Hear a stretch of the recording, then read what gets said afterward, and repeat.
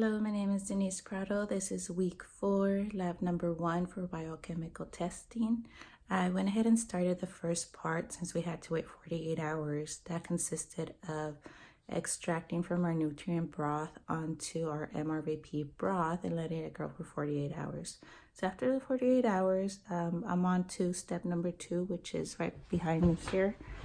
Have a setup where we have 2 test tubes for E. coli, and in the back 2 are for staph epidermis. I try to divide the broth equally amongst the 2 for E. coli and then the 2 for staph epidermis. I have already added alcohol in here to sanitize everything that I need. And then for the step that we're going to perform, I have our methyl red right here, Barrett's B, and Barrett's A. So, and then the last step would be culturing colonies from our plates for staph E. coli, and staph epidermis. So we'll go ahead and get started. For this part, like I mentioned, I'm moving on to the second part, which is what I'll perform. And so let me put this somewhere. Even though we're using all 3 of these, we're adding separate amount of drops at a time. So,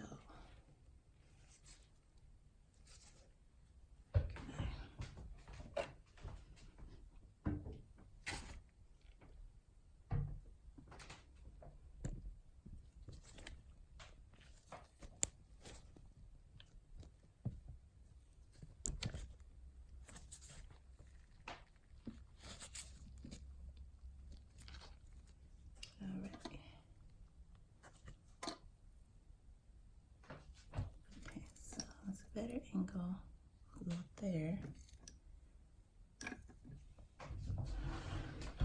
And I have the lab report open as reference. So for the first part, it says we're adding 7 drops of methyl red, which is this guy right here. So 7 drops to each. Go ahead and cut at an angle. And there goes that.